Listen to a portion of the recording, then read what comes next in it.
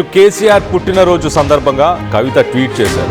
ఉద్యమ నాయకులు, గౌరవ పెద్దలు శ్రీ కల్వకుంట్ల చంద్రశేఖర్ రావు గారికి హార్దిక జన్మదిన శుభాకాంక్షలు అంటూ ఇటు కవిత ట్వీట్ చేసింది. ఎక్కడా కూడా నాన్న అనే పదం లేకుండా కవిత విషెస్ని చెప్పడంపై మొత్తానికైతే సోషల్ మీడియాలో చర్చ జరుగుతుంది. ఇటు కేసీఆర్ ఫోటో లేకుండానే కవిత ట్వీట్ చేయడం, అలాగే సోషల్ మీడియాలో ప్రస్తుతానికి ఆ ట్వీట్ వైరల్గా మారింది. కవిత ట్వీట్ వైరల్గా మారడంతో ఇటు బీఆర్ఎస్కి సంబంధించిన శ్రేణులు దానిపైన ఆ ట్వీట్ పైన దాడులు చేస్తున్నారు, ఇటు కవిత పైన కూడా దాడులు చేస్తున్నారు.